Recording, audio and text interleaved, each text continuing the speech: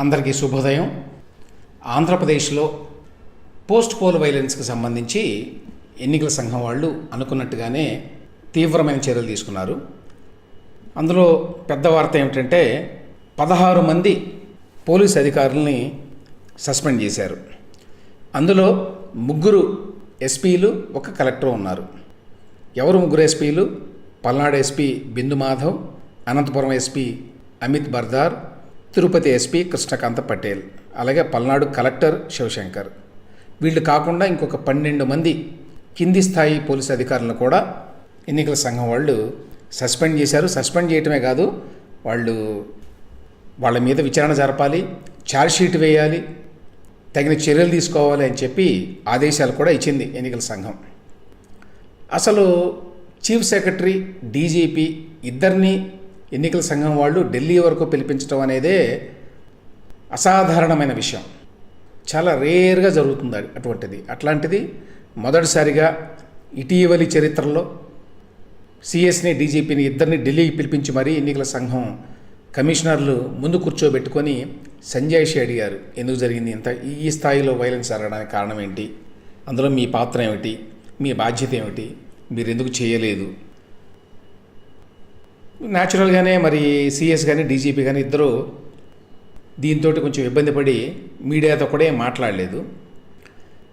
ఇక్కడ చెప్పుకోవాల్సిన విషయాలు 1-2 ఉన్నాయండి. అదేంటంటే, ఎన్నికల ముందు పెద్ద ఎత్తున ఈ పోలీసు యంత్రాంగం అధికార పార్టీకి అనుకూలంగా పనిచేసేటువంటి అవకాశం ఉంది, అందువల్ల వీళ్ళని మార్చాలి అని చెప్పి అడిగారు అందరూ, అన్ని ప్రతిపక్షాలు.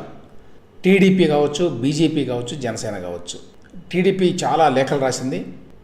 బీజేపీ తరఫున ఆ పార్టీ అధ్యక్షురాలు పురంధేశ్వరి గారు కూడా చాలా లేఖలు రాశారు ఎన్నికల సంఘం వారికి.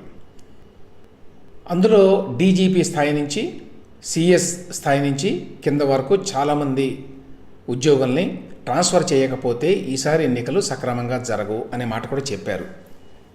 సో ఎన్నికల సంఘం దాన్ని పరిగణలోకి తీసుకొని కొంతమందిని ట్రాన్స్ఫర్ చేసింది. అందులో ముఖ్యంగా చెప్పుకోదగ్గ పోస్టులు ఏమిటంటే, డీజీపీ రాజేంద్రనాథ్ రెడ్డి గారిని ట్రాన్స్ఫర్ చేసి హరీష్ కుమార్ గుప్తా గారిని తీసుకొచ్చారు. అదేవిధంగా ఇంటెలిజెన్స్ చీఫ్ను కూడా మార్చారు. కొన్ని జిల్లాల ఎస్పీలను కూడా మార్చారు. ఈ నేపథ్యంలో ఇప్పుడు ఈ వైలెన్స్ జరిగింది, ఈ హింసాకాండ. దాని మీద సహజంగా వచ్చేటువంటి ఒక ప్రశ్న ఉంది. అదేంటంటే, ఎన్నికల సంఘం వాళ్ళు అపాయింట్ చేసిన అధికారులే ఉన్నారు కదా ఎక్కువ చోట, అయినా కూడా ఈ వైలెన్స్ ఎందుకు జరిగింది, ఈ వైలెన్స్ ఎవరి మీద చేశారు అనేది ఒక ఇష్యూ. ఒకవైపునేమో టీడీపీ వాళ్ళు, వైసీపీ వాళ్ళు రెచ్చిపోయి పోలీసుల అండతోటి మా అభ్యర్థుల మీద పెద్ద ఎత్తున దాడులు చేశారు, లేక మాకు ఓట్లు వేసిన వాళ్ళ మీద, లేకపోతే మా మద్దతుదారుల మీద దాడులు చేశారు అని వాళ్ళు చెప్తున్నారు. ఇంకో పక్కన వైఎస్ఆర్సీపీ వాళ్ళు పోలీసులు అందరూ కూడా టీడీపీ వైపే ఉన్నారు, వాళ్ళ అండ చూసుకొని వీళ్ళు రెచ్చిపోయారు అనే మాట వాళ్ళు అంటున్నారు. సో దానికి సంబంధించి కూడా కొన్ని వివరాలు చెప్పాను నేను. ఎవరి మీద అటాక్స్ అయినాయి అనేది ఒకసారి మనం చూస్తే ఆబ్జెక్టివ్గా, పులివర్తి నాని, చంద్రగిరి టీడీపీ అభ్యర్థి, ఆయన మీద దాడి జరిగింది, అందరికీ కళ్ళగట్టినట్టుగా కనిపించింది. అదేవిధంగా మాచర్లలో తెలుగుదేశం వాళ్ళ మీద జరిగినాయి పెద్ద ఎత్తున, ఇటువైపున వైసీపీ వాళ్ళ మీద కూడా జరిగినాయి కొన్ని. తాడిపత్రిలో జరిగినాయి. తాడిపత్రిలో పెద్దారెడ్డి ఎంత స్వైర వ్యవహారం చేశాడో అందరూ చూశారు, వైసీపీ అభ్యర్థి. సో దాన్ని బట్టి కొంతవరకు అర్థం చేసుకోవచ్చు ఎవరి మీద దాడులు చేశారు అనేది ఒకటి. రెండవది, ఎన్నికల సంఘం వాళ్ళు స్వయంగా పెట్టినటువంటి అధికారులు ఉండగా ఎందుకు ఈ ఘటనలన్నీ జరిగినాయి, దీనికి కారణం ఎవరు మరి? దీని మీద ఆల్రెడీ సాక్షి పత్రిక వాళ్ళు స్టోరీలు వేసుకున్నారు చాలా. అదేంటంటే, టీడీపీ చెప్పినట్లు ఆడినందుకే ఇట్లా జరిగింది అని. అయితే స్పష్టంగా చెప్పినట్లు ఎవరు ఆడారు అనేది వాళ్ళు రాయలేదు. కానీ వాళ్ళ ఉద్దేశం ఏంటంటే, ఎన్నికల సంఘం వాళ్ళు టీడీపీ చెప్పినట్టుగా ఆడి చాలామంది అధికారులను ట్రాన్స్ఫర్ చేసి కొత్త వాళ్ళని వేసింది వాళ్లే కాబట్టి ఇదిగో ఈ పరిస్థితి వచ్చింది అనేది వాళ్ళ ఉద్దేశం. దాంతోపాటుగా బీజేపీ అధ్యక్షురాలు పురంధేశ్వరి లేఖ ప్రకారం వాళ్ళు బదిలీలు చేశారు, పురంధేశ్వరి జాబితా ప్రకారం నియామకాలు చేశారు, ఆ ప్రాంతాల్లోనే హింసాత్మక ఘటనలు జరిగినాయి అని చెప్పి మొత్తం బ్లేమ్ అంతా కూడా అటువైపు నెట్టడానికి ప్రయత్నం చేశారు. సో ఎవరికైనా కూడా కొంత అనిపించవచ్చు, అవును ఎన్నికల సంఘం వాళ్ళు కొన్ని మార్పులు చేశారు కదా, అటు కలెక్టర్లు వాళ్ళ మీద కానివ్వండి, లేకపోతే ఇటు మొత్తం పోలీస్ డిపార్ట్మెంట్లో కానివ్వండి, ఇన్ని మార్పులు చేసిన తర్వాత కూడా ఈ హింసాత్మక ఘటనలు జరిగినాయి అంటే వీళ్ళు చెప్పిన దాంట్లో కొంత వాస్తవం ఉంది కదా అనే మాట కూడా అనిపిస్తుంది ఎవరికైనా. ఇక్కడ ఒక పాయింట్ ఏమిటంటే, నలుగురు మొత్తం ఉన్నతాధికారులు ఇప్పుడు ఎన్నికల సంఘం వాళ్ళు సస్పెండ్ చేసింది. ఈ నలుగురిలో ఇద్దరు ఎన్నికల సంఘం వారు నియమించిన వాళ్ళు ఈ మధ్యకాలంలో లేటెస్ట్గా అన్నమాట. ఎవరంటే పల్నాడు ఎస్పీ బిందు మాధవ్, అదేవిధంగా అనంతపురం ఎస్పీ అమిత్ బర్దర్. వీళ్ళిద్దరినీ నియమించింది ఎన్నికల సంఘమే. అంతకుముందు ఉన్న వాళ్ళ మీద ఆరోపణలు ఉన్నాయని చెప్పి, వాళ్ళు వైసీపీకి అనుకూలంగా ఉన్నారని చెప్పి వాళ్ళని తీసేసి వాళ్ళ స్థానంలో వేసింది. సో ఈ నలుగురిలో వీళ్ళిద్దరు కూడా ఉన్నారు. కాబట్టి ఎన్నికల సంఘం వాళ్ళు నియమించిన వాళ్ళే ఉన్నారు, అయినా కూడా హింసాత్మక ఘటనలు జరిగినాయి.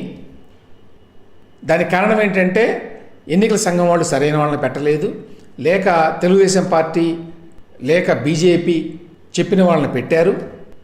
అందువల్లనే తెలుగుదేశం పార్టీకి అనుకూలంగా వ్యవహరించి వీళ్ళంతా ఈ రకంగా హింసాత్మక ఘటనలు రెచ్చిపోవడానికి కారణమయ్యారు అని ఒక వాదన వినిపించవచ్చు. అయితే ఇక్కడ కీలకమైన విషయం ఒకటి ఉందండి, ఒక అంశం ఉంది. అదేంటంటే, మొత్తం పోలీసు యంత్రాంగాన్ని, మొత్తం పరిపాలనా యంత్రాంగాన్ని పైనుంచి కింద వరకు కూడా వైసీపీ ప్రభుత్వం, వైసీపీ పార్టీ కంప్లీట్గా వాళ్ళ అధీనంలోకి తీసుకొచ్చుకున్నారు గత 5 సంవత్సరాల్లో. సో ఏదో ఓన్లీ డీజీపీని, లేకపోతే ఇంటెలిజెన్స్ డీజీపీని, లేకపోతే జిల్లాల్లో ఉండేటువంటి ఐజీలని, డిఐజీలని, ఎస్పీలని మాత్రమే వాళ్ళకి కావాల్సిన వాళ్ళని వేసుకోలేదు. వాళ్ళు కింది స్థాయి నుంచి మొదలుపెట్టి పక్కాగా పకడ్బందీగా ఒక ప్రణాళికతో అపాయింట్ చేసుకున్నారు కావాల్సిన వాళ్ళని. కాబట్టి కింది స్థాయి అంటే ఎస్ఐ నుంచి మొదలుకొని, స్టేషన్ హౌస్ ఆఫీసర్ నుంచి మొదలుకొని, డిఎస్పీల నుంచి మొదలుకొని అన్ని స్థాయిల్లో కూడా, ఈవెన్ ఎస్ఐలు కూడా అన్ని స్థాయిల్లో తమకు కావాల్సిన వాళ్ళని, తమకు అనుకూలంగా ఉండేవాళ్ళని గత 5 సంవత్సరాల్లో వైసీపీ వాళ్ళు నియమించుకున్నారు. మీరు ఎక్కడైనా చూడండి, కీలకమైన ఘటనలు జరిగిన చోట అక్కడ సిఐ కానీ, డిఎస్పీ కానీ, ఎస్ఐ కానీ జగన్మోహన్ రెడ్డి గారి వర్గం వాళ్ళే ఉంటారు. అది అమరావతి కావచ్చు, పల్నాడు కావచ్చు, తాడిపత్రి కావచ్చు, తిరుపతి కావచ్చు, పొంగనూరు కావచ్చు, విశాఖపట్నం కావచ్చు, మరొక ప్లేస్ కావచ్చు, ఖచ్చితంగా ఒక పేరు ఉంటుంది అందులో. ఇప్పుడు ఉదాహరణకి వీళ్ళు సస్పెండ్ చేసినటువంటి అధికారుల్లో ఈ నలుగురు ఉన్నతాధికారులు కాకుండా ఇంకొక 12 మంది అధికారులు ఉన్నారు. తిరుపతిలో 4 ఉన్నారు. Tirupati DSP Surender Reddy, inspector K Rajasekhar, special branch DSP Bhaskar Reddy, Alipiri inspector Ramachandra Reddy. అదేవిధంగా పల్నాడు జిల్లాలో 6 ఉన్నారు. Gurajala DSP Pallaparaju, Narasaraopet DSP Varma, DSB inspector Prabhakar Rao, ఇంకో DSB inspector Balanagireddy, Karampudi SI Ramanjaneyulu, Nagarjuna Sagar SI DV Kondareddy. అట్లాగే అనంతపురం జిల్లాలో ఒక డిఎస్పీ గంగయ్య, ఇన్స్పెక్టర్ మురళీకృష్ణ.